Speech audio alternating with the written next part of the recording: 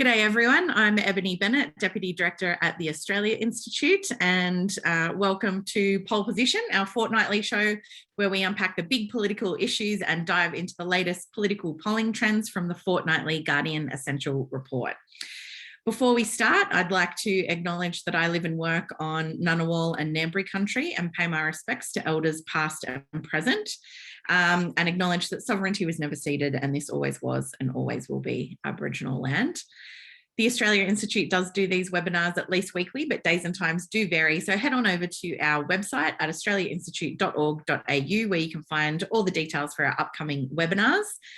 Next week, we'll be talking to Richard Dennis about the inequality of the pandemic response.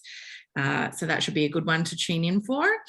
Just a few tips before we begin to help things run smoothly. If you hover the mouse over the bottom of your Zoom screen, you should be able to see a Q&A button where you can type in questions for our panelists, and you should also be able to upvote questions from other people. Please keep things civil and on topic in the chat. Would really appreciate that if you can. If you don't, we'll boot you out. We don't have to do it often, but we will if we have to. And lastly, a reminder that this discussion is being recorded and it'll go up on our website after this. So a lot happening in politics as per usual. The Prime Minister, I think, has just finished his announcement after Cabinet has decided on a net zero by 2050 target.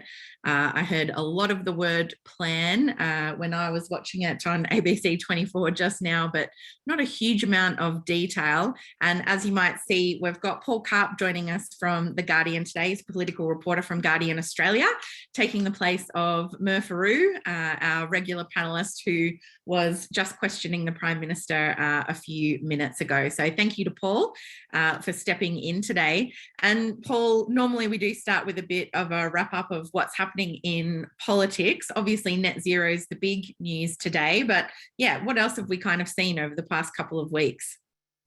I think there's been a focus on integrity issues in the last couple of weeks, both because we're expecting the bill for a federal ICAC or the government's preferred watered down model of that to be introduced.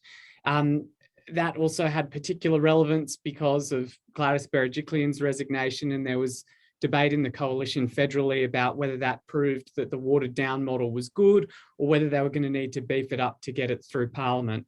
We've also seen Labor's attempts to refer Christian Porter having his legal fees part paid by something called the Legal Services Trust with money from donors unknown to the Privileges Committee. So that's focused everyone's minds on integrity issues. Climate has really been the huge story, though, of the last couple of weeks. The Nationals have been negotiating what they can get in return for support for net zero and asking questions about the net zero proposal before finally determining on Sunday that they could support it, although it's interesting that Barnaby Joyce, the Deputy Prime Minister, personally didn't support it in that meeting. And now the PM has stood up and announced that, when he goes to Glasgow, he'll be able to say that the Australian government supports net zero by 2050. But despite saying we're going to beat our 2030 target, we're not going to raise our 2030 target. And there's a lot of assurance that what we're doing is already enough. It's based on existing policies, but they haven't released the modelling for very rosy claims about how much the policy is going to save everyday Australians. Yeah, so there's definitely a lot happening, and I've just realised in the changes of having Paul on instead of Catherine, I've forgotten to introduce our other panelists. So we've got our regular panelist, John Remmington from Essential, as well as Pete Lewis, who's also got a piece up in Guardian Australia at the moment on the latest poll results, which, Pete, I'm not sure if you can post that in the chat there for everyone to have a look at. And also Richard Dennis, the Chief Economist from the Australia Institute. Now, obviously, the details of the net zero plan have just been announced. But Richard, before we get into the polling that we've got today, I just wanted to talk to you a little bit more about that net zero stuff that we're talking about today. So I guess we've seen a lot of shenanigans with the Nationals. As an economist, a lot of what's being canvassed, does that have any basis in good economics? No, none. And the simple proof of that is that the National Party never once bothered to even make the case that a more ambitious 2030 target would hurt regional Australia. They didn't bother to not only wasn't there any modelling, there wasn't even an argument. So how would building more wind and solar and renewable energy in regional Australia hurt regional Australia? How could it possibly hurt? How could investing in energy efficiency across the country hurt regional Australia? So we've had this sort of 3-week long sort of farce, the premise of which is that ambitious climate action hurts the regions and that's why we can't do it. But of course, no evidence has been put forward to suggest that there would be any harm. Building more solar and wind and storage in regional Australia will create jobs, lower electricity bills, grow the economy. The coal sector is in trouble because of decisions made in Japan and Korea and the rest of the world. That's got nothing to do with our 2030 target, but bizarrely, in a complete inversion of politics and democracy, we're actually, all of us, are compensating the National Party, compensating them, giving them lollies, giving them money, giving them changes to laws that they want in exchange for them hurting us. So no, economics has got nothing to do with this. Climate science has had nothing to do with it for decades either. This is just the Nationals holding up Scott Morrison with something they know Morrison has to do and saying, we won't support it until you give us some lollies. This has got nothing to do with saving the planet. This is all about saving Scott Morrison. So Pete, I'm just having trouble now getting my bloody slides open as per usual. So, but we will go very shortly to the poll results, and we're just going to kick off with some things on immigration and jobs. Why won't it come up? Pete, do you have it there if I share the screen with you? I'm sure I can work it out, Eb. This is the smooth sort of operation that pole position has become, isn't it? It's terrific.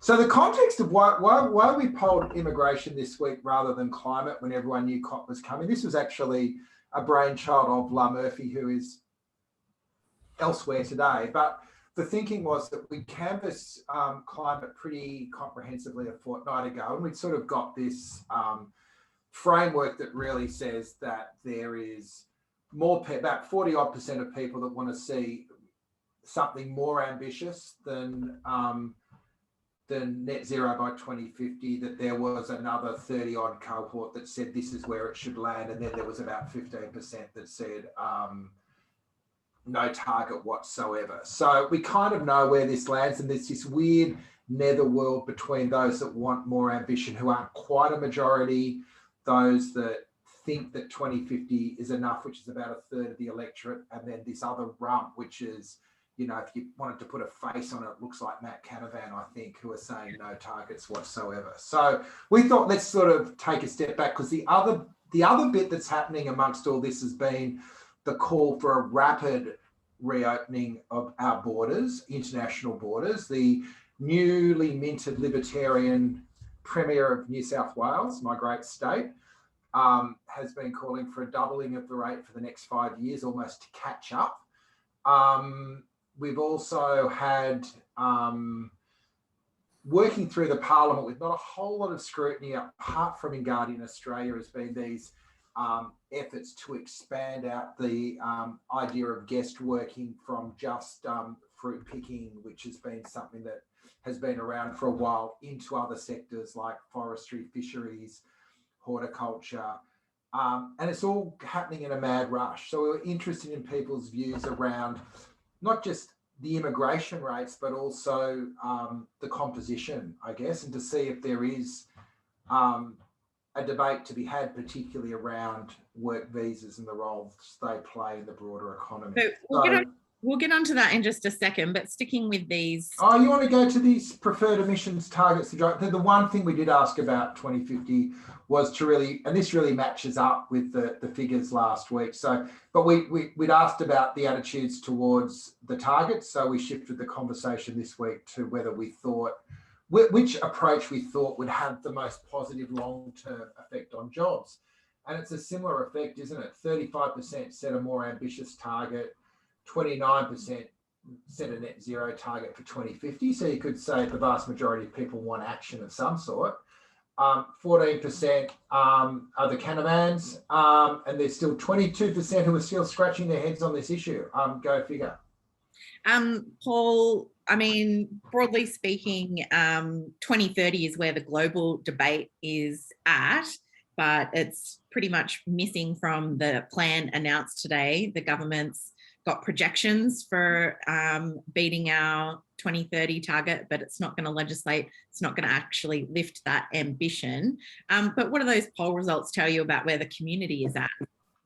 Well, it's interesting that the biggest segment is for more ambitious action by 2030, which is in line with the science and what the rest of the world is doing to try and avert global heating. But it is still a plurality rather than a majority. And that is why I think a lot of the political debate is about who do you trust to deliver net zero by 2050. Because now that the government has got that through the Nationals party room, ostensibly both major parties support net zero by 2050, and Labor is more ambitious by wanting a step up in 2030. So I think that we're going to hear more about that, particularly Labor attacks on the government, to appealing to this 29% of people who want something done by 2050, to say that, you know, the government's conversion on this is very late. It's not credible. You know, that they've spent since 2014 tearing up policies like the interim carbon price.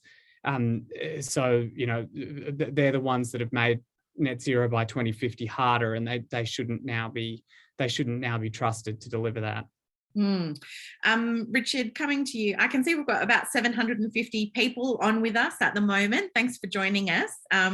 If you're tuning in and are a regular, you might notice we've got Paul Karp today instead of Catherine Murphy, who is busy writing up the Prime Minister's net zero announcement. So thanks again for joining us, Paul. But Richard, I was going to come to you.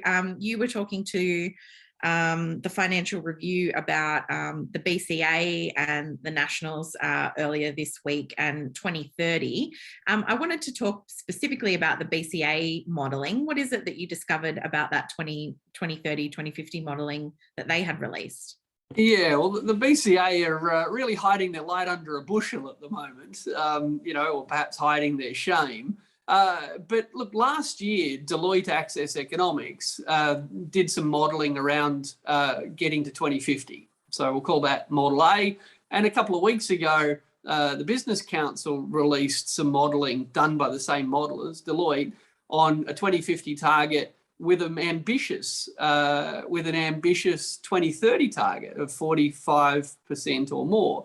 So out there in kind of the internet, you can find what it looks like to get to 2050 and what it looks like to get to 2050 via a 45% cut by 2030. And when you kind of subtract A from B, which is slightly harder than it sounds, but not really, what you can see is that basically, according to the Business Council of Australia's own modelling, we as a nation would be $210 billion better off if we brought forward investment in renewables, if we brought forward investment in storage, and if we brought forward investment in energy efficiency. So according to the peak body for the big polluters, the big energy companies, the big manufacturers, according to the peak body of the mining companies and the manufacturing sector, if we bring forward investment in renewables, we'll get more jobs, we'll get lower electricity prices, and we'll get a bigger economy. So that's what the pinko lefties at the BCA have said. And on the other hand, we've got Barnaby Joyce running around with his big hat saying, obviously, we have to protect the regions from 2030. But all he's protecting them from is jobs. All he's protecting them from is investment and lower electricity prices. And, you know, this government has made a virtue out of meeting and cheating. It's done everything it can to rip apart all of the actual effective emission reduction policies since it's got elected. Emissions from energy, industry and transport are up in Australia, not down, they're up since 2005. The only reason our accounts look good is the land sector offsets. So there's no commitment to transitioning the economy under this government, and protecting regions from 2030 targets is protecting them from jobs and investment and cheaper electricity, according to the commies at the BCA. Ebony, can I just say that the other thing that struck me on that previous slide was just that sort of climate action on climate kills jobs is not a rich vein. It's just 14% of people agreeing it. I think it's very much a narrow cast message, and it's interesting the degree to which politics is being driven by narrow casting to particular seats at the moment. Yeah, no, that's very true. And Pete, I wanted to get stuck into some of these other slides here because I think it takes us to some interesting territory with both the supposed gas-fired recovery and other responses to the pandemic economically. But take us through this slide here on the role for government in increasing employment. Sometimes we just like to ask people a bit of a binary question to sort of put two opposite propositions and see where they land. You know, I think the blue proposition, federal government's role is to reduce taxes and red tape so business can employ more workers, has kind of been mainstream economics since the 80s. But we wanted to line that up with the role of a more activist government to invest behind local industries and create more jobs. And you can see that that's the debate that you're not saying it's a slam dunk. It's not 60-40 or anything, but it's an argument where more people are with you than against you. I don't know, John, if you've got the voting breakdown on that one. I'm just trying to have a look at it on the run. But I think one of the interesting things has been that the kind of accepted economic and political wisdom has really been with the 35%. And there's this growing group that are either unsure or actively wanting to see more from their government. Yeah. That is now 2/3 of the electorate. Yeah. What's interesting, I think, as you might expect, coalition voters are more favourable towards small government reducing taxes and red tape. We've got 43% of those agreeing with that. But that's pretty much the same amount of coalition voters that also think that it's to invest behind local industries. So amongst coalition voters, you've got 44% against 42%. It's other parties where there's a lot more swing towards investing in local industries, and that's where you've got 49% of Labour voters, 48% of Greens, and even 46% of other independent One Nation voters. Paul, do you think there in those results, that's kind of we're seeing the impacts of the pandemic and the government having to be much more interventionist in people's lives? Absolutely. Before the pandemic, the coalition, farewelled the car industry from Australia and, tore themselves apart over, industry policy, for example, with SPC Ardmona, whereas now, the supply chain interruption meant that there was a even better argument for investing in local industries. And I don't think Morrison particularly is as sort of classically neoliberal in opposition to industry policy, and so that's why last year we saw billions promised for future manufacturing, for example. It is partly the gas-led recovery, but it's not all that. They are just more inclined towards industry policy than a coalition government normally is, and I think the pandemic is part of that. Yeah, Richard, this next one is about the views of Australia's manufacturing industry, and we've got kind of a decent majority there, above 60% across many years, kind of saying with government support, Australia can have a successful manufacturing industry. As Paul was saying, that's kind of not necessarily been the view in the past of coalition governments willing to let, the car manufacturing industry die. But how does that sit at the moment, do you think, with policy?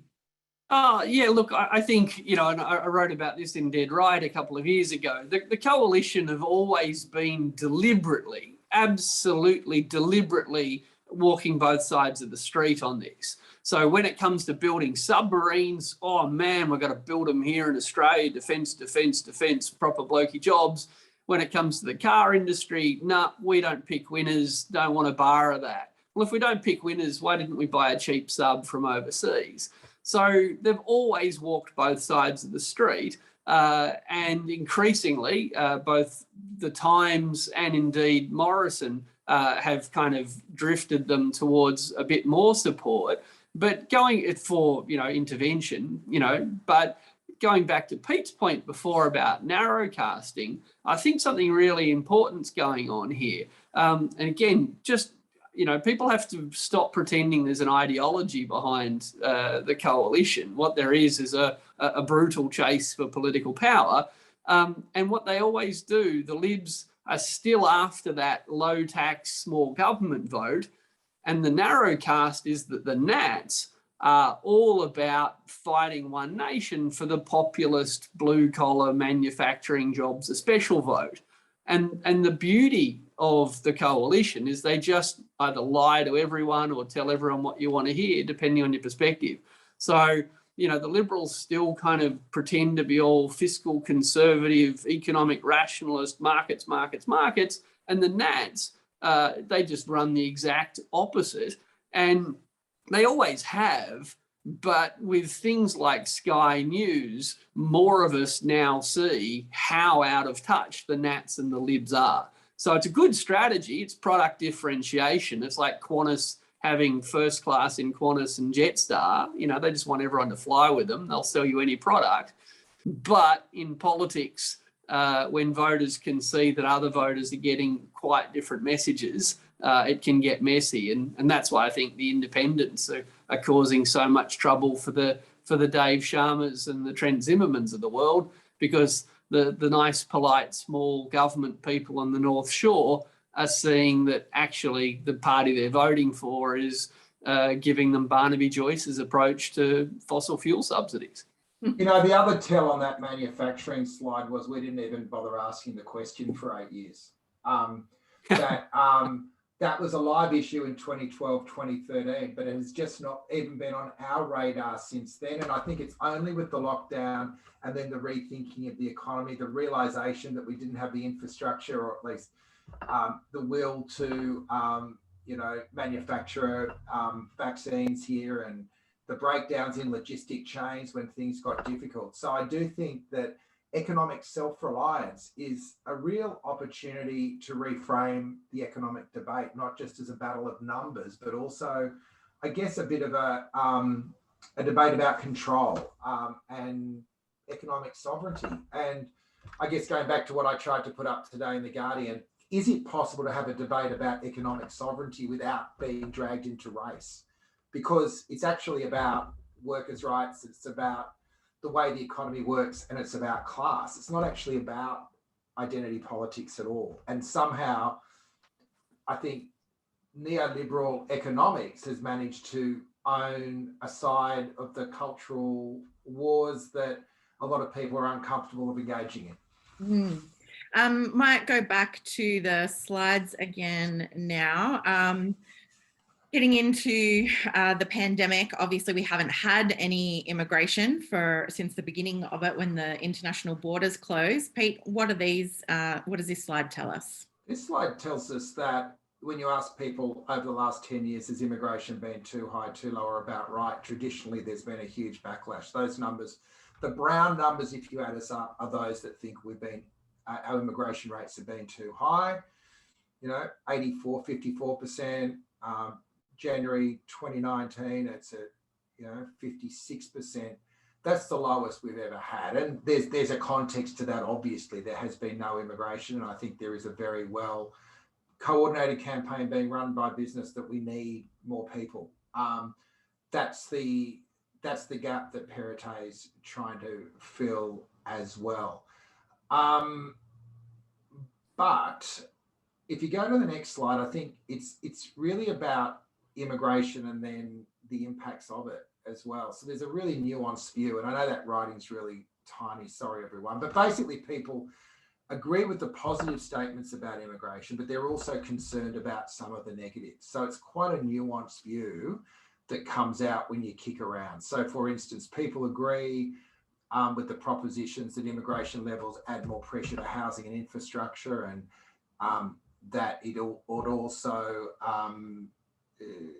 creates more competition for jobs and slow wage growth, while also recognising that there's gaps to be filled in skills. So that to me says the public is actually probably ready for a bit of a discussion about the structure of our migration programs, and particularly the use of work visas at the lower end of the market.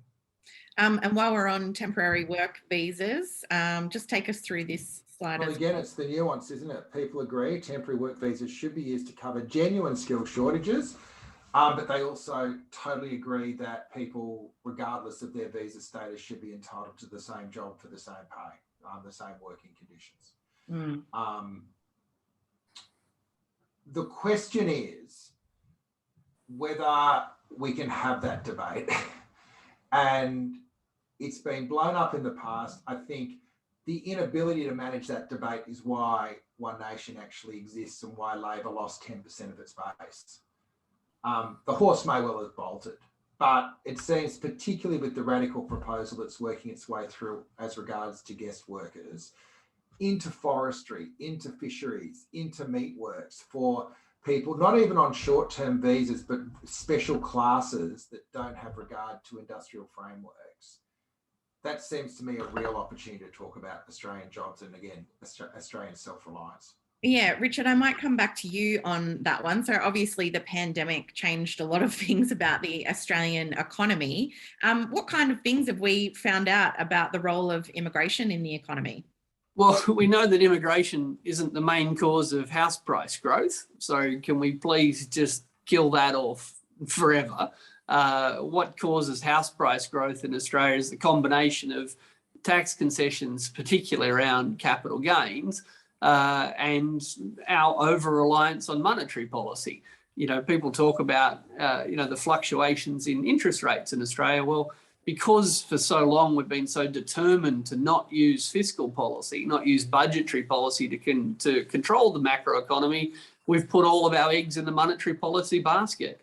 And with that combination of very low interest rates and tax-free capital gains for $10 million homes, there's no better place for a lot of people to put their money than to bid up the housing stock. And we just can see that it's clearly not new migrants that have driven that up. On the labour market side, look, I think this is a great opportunity, as Pete said, to restart this conversation. I have absolutely no problem with immigration. I don't think there's a right number. I think economics has nothing to say. There's nothing in any economics textbook that can help someone answer the question, what should Australia's population be, or what's the right rate of growth of population? There are lots of factors at play, but it's not a purely or even significantly economic question. What is a significant economic question is when we scour the world looking for people with specific skills to work in specific industries, and we bring people here for the specific reason of those skills in everything from commercial cooking to working in meatworks, does that suppress the wages of those people in those industries? Well, of course it does. That's why the employers are so keen to do it. So I don't think there's a problem with Australia wanting to bring new skills to Australia, but when we target the skills we're searching, when we target them at the small parts of the economy experiencing wage growth, then of course we're going to suppress wage growth, both in that industry and by kind of pushing down any rapid increase in wages, we're going to drag down average wage growth. We're going to go to questions from the audience, and then we might come back to those final slides, I think. The first one is from Alison. She says, with regard to the referral of the Christian Porter matter to the Privileges Committee, could you please comment on what advantage the coalition and particularly the Prime Minister gained by voting against the Speaker's support for the Labor motion? So, Paul, I think you kind of referenced that in your opening remarks. Could you just remind people what happened in Parliament if they didn't know about it, and then I guess, yeah, the political outcomes of it? Yeah, so Labor tried to send Christian Porter and the issue of how his legal fees were paid for by, secret donors through this trust to the Privileges Committee, which is the group that inquires into whether members have met their disclosure obligations. And Tony Smith, the Speaker, said that there was a prima facie case, so he gave precedence to a debate about whether to send it to that committee, which is sort of the rubber stamp that, yes, it merits being looked at. And despite that, the government used its majority in the House of Representatives to decline to refer it to the Privileges Committee, and to, which is the first time since Federation that they've done that when the Speaker has, given precedence to a motion like that. Literally unprecedented. Yes, literally. So,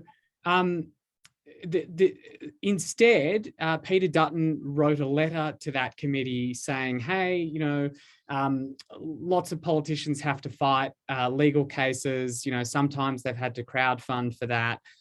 Do we need to clarify the rules around what sort of disclosure is required when they do that?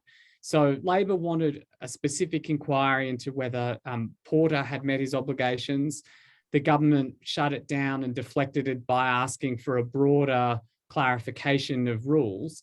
And to be honest, I'm not sure they have got any advantage out of it. I think it was sort of politically stupid because it looks like a cover-up when they could have sent their letter asking for a broader inquiry and agreed to the referral, and then they would have been,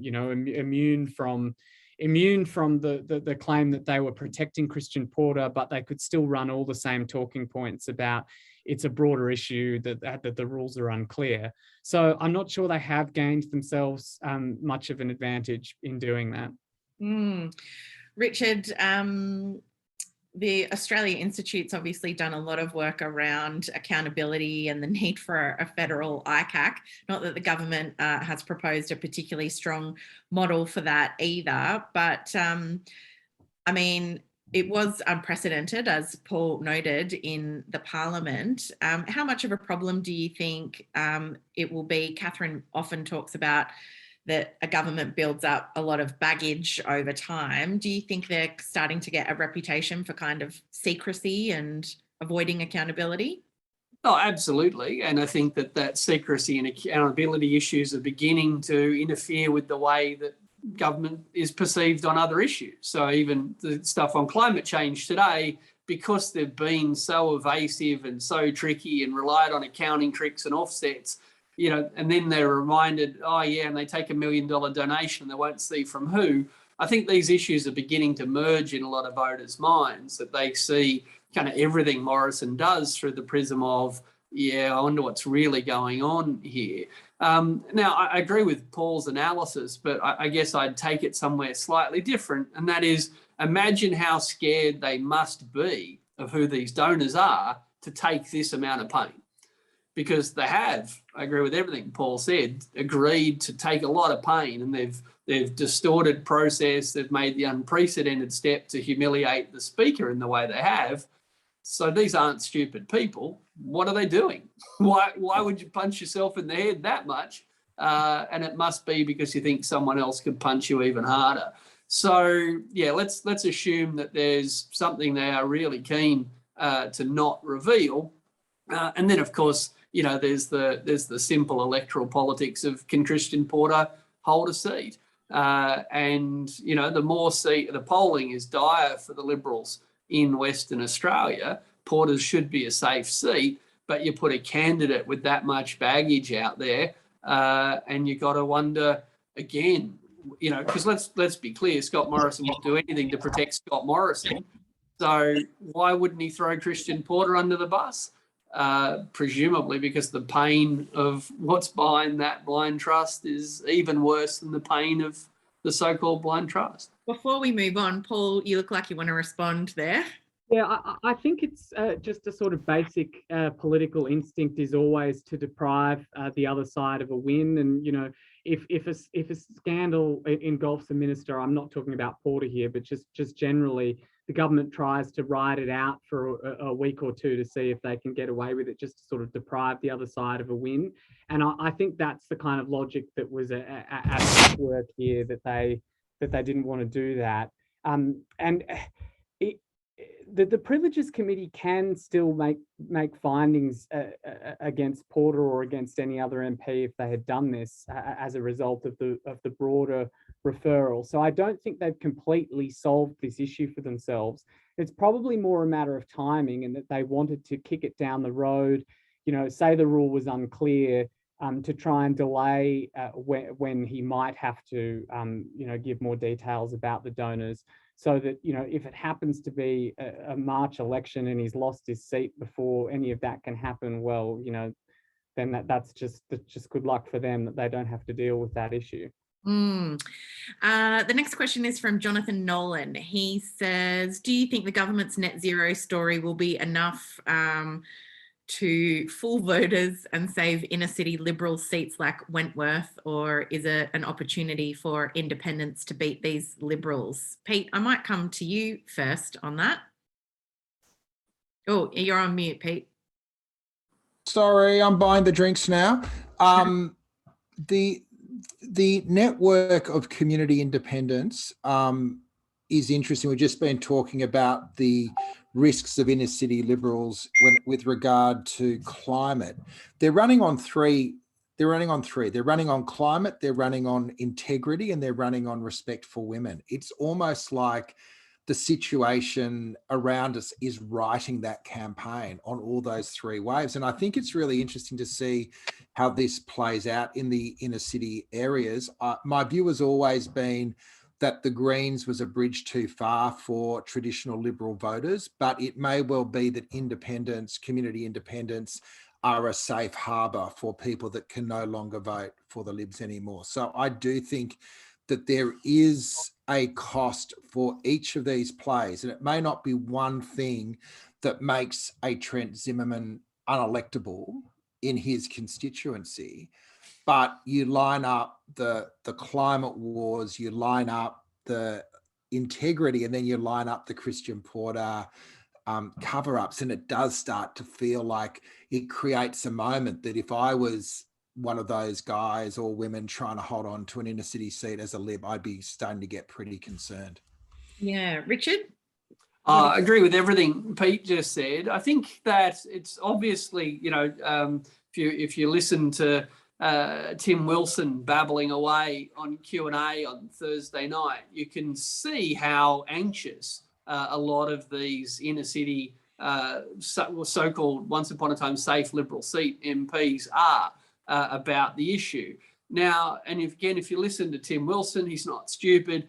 All of the words, targets, plans, targets, 2045, 2050, 30% by this. Like the whole idea is to just overwhelm people and then say, but net zero by 2050, we're good. So that's the Liberals' kind of hope here, is that they can have a simple cut through that we're committed to net zero. Let's focus on the zero, not the net. By 2050, everything's fine. But if you watch what Zali Steggall has been saying, if you look at what a lot of the independents have been saying, I think they're on the right track here. They basically just say, but hang on, you're expanding the fossil fuel industry. So I actually think that there's no doubt that net zero is designed to kind of calm the Liberal troops. But net zero is a fraud when you've got expansion in the fossil fuel sector.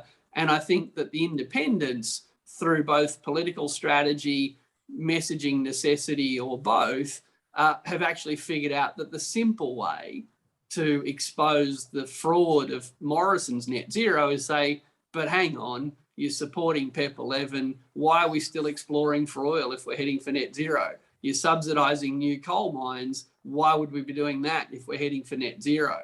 So I think Morrison's betting that the independents will make his life as easy for him as many in the environment movement have. Targets, CPRS, neg, ret, blah, blah, everyone's head explodes.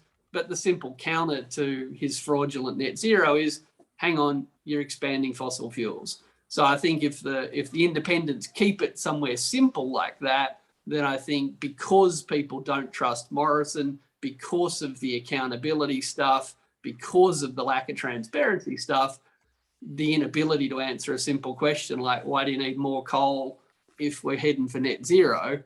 I think that will that'll keep motivating those once upon a time safe Liberal voters. Yeah, Paul, I think it has been a real feature of the last couple of elections that these often women independents running in what were safe Liberal seats have had quite huge success and then gone on to maintain that success in the Parliament. Cathy McGowan handed over her seat to another independent, Helen Haines.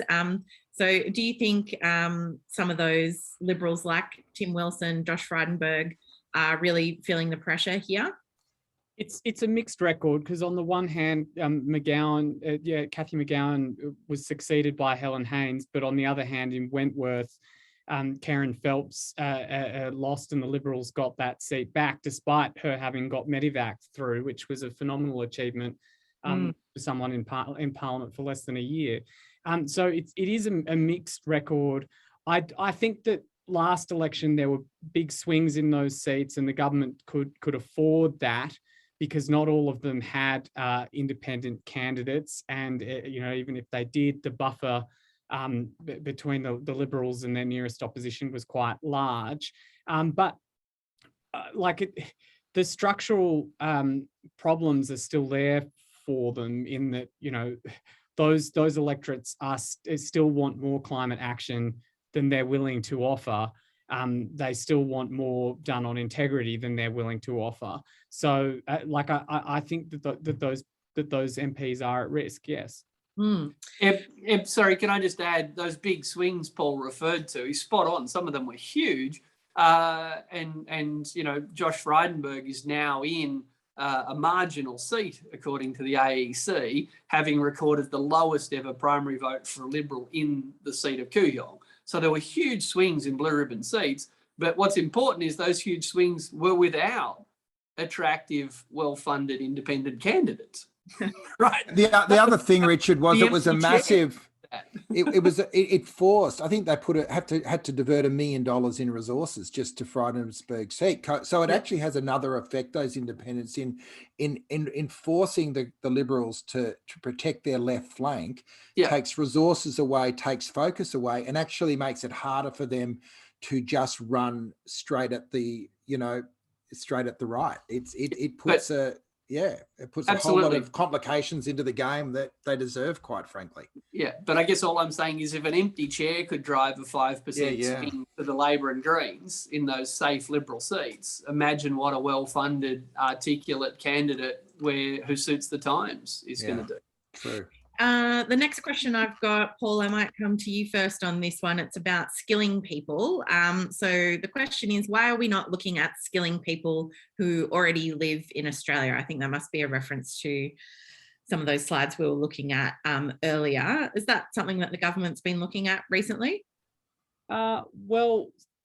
Skilled work visas do include a fee on them that goes towards the Skilling Australia Fund. So there is some intention to raise money from businesses that need to import. Oh, have I lost Paul there? Yeah. Richard, I might come to you until we get Paul back. Sorry, well, what were you asking? What was Paul in the middle of answering? It was about why aren't we skilling Australians rather than importing skilled visa people? Is he back? Okay, the reason we're not is it's cheaper not to. All right, let's be crystal clear. There's only one reason a profit maximising firm would prefer to bring in 50 or 100 people to work in their factory or their restaurant or anywhere else. There's only one reason a profit maximising firm would choose to bring in all those overseas workers compared to training them themselves. It's cheaper.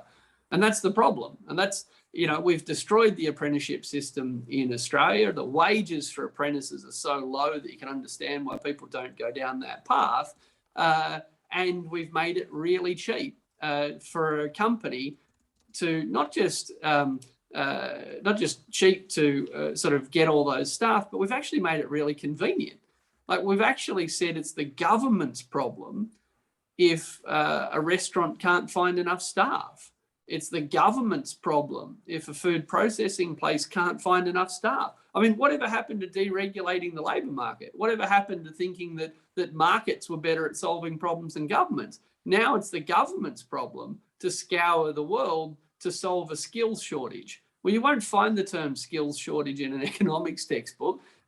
If there's a skills shortage, an economist thinks you're not paying enough. But of course, the firm doesn't want to pay more.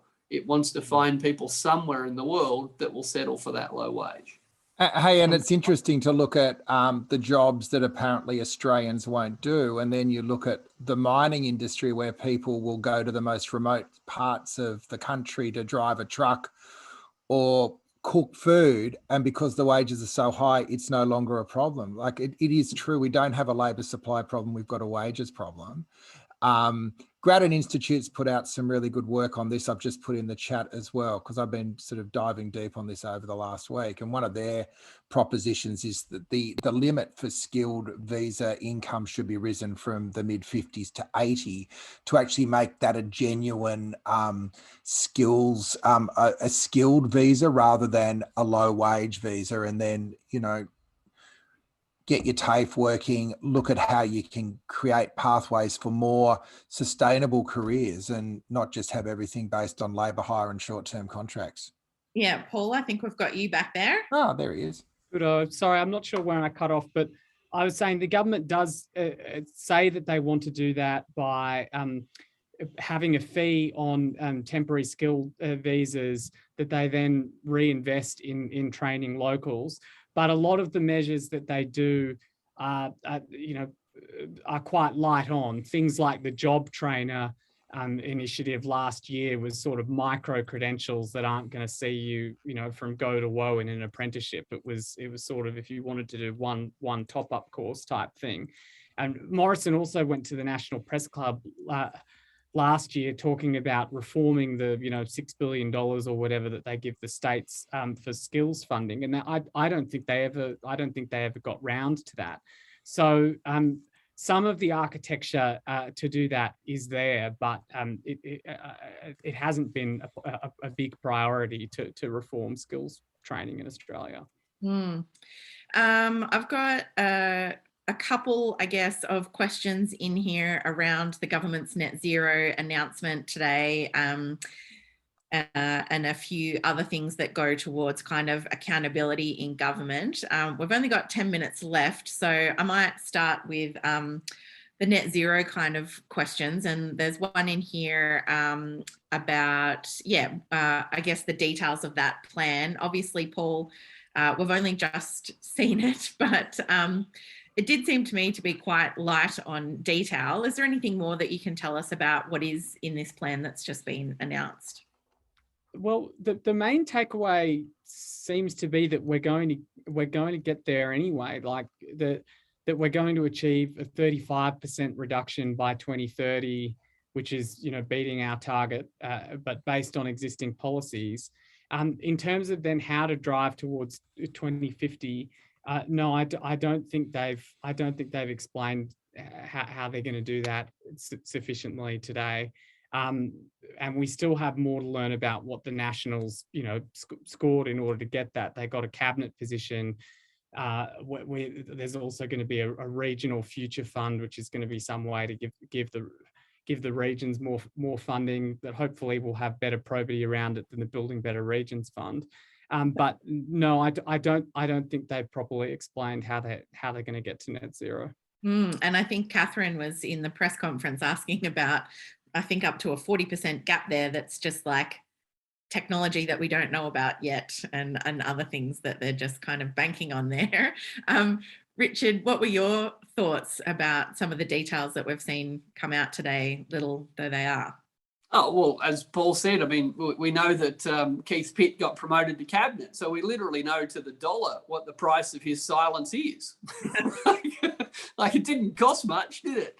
You know, so look, what do we know? We know that 2 months ago, the Nationals literally were saying 2050, who cares? That's forever away. You know, for a bunch of old blokes, maybe it is.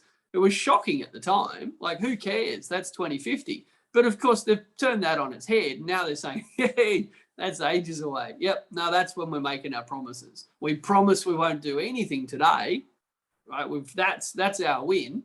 But decades away, which not that long ago we were saying, who cares about decades away, we've realised that's the political solution. So we'll promise that someone in 10 elections time will do something, maybe won't be around, but today I promise that we won't do anything. And in fact, my price for supporting this is I get promoted to cabinet and some other lollies. It really is disgusting, you know, and it's sort of an indictment on what our kind of parliament's become, because no one's talking about climate change. No one's just said Morrison's tackled climate change, right? He's tackled the National Party, his junior partners, and he's using our money to buy their silence on an issue that's going to cause all of us harm. It's disgusting. And yeah, perhaps they haven't even purchased the silence wholesale, because it certainly sounds like Matt Canavan was going to reserve his right to oppose and campaign against net zero. Pete, did you have anything you wanted to add on net zero? I just think there's a real risk for the left to attack Morrison for the 2050 deal. I think we've got to shift it to 2030 as soon as possible and not even play on that turf. If he can hold 2050 as being the battleground, this has been a strategic win for him. So I think while it is a circus and a shit show, it's not the main game. And we've got to get it back to the main game pronto, or this whole thing will have worked for them. I think Labor will try and be more ambitious, but in the least ambitious way possible. So I think they'll promise the 35% or slightly higher than that will be their 2030 target, so that the government can't attack them, because if they attack them saying that will cause the sky to fall in, Labor can turn around and say, but I thought we were going to be doing that anyway. Yeah. So that will allow Labor to, you know, say to people that are hovering between Labor and the Greens, look, we are being more ambitious than the government, but also try and hold on to and win, you know, out of suburban seats and regional seats, that they worry might be more susceptible to the government's line that, you know, being too ambitious could be bad.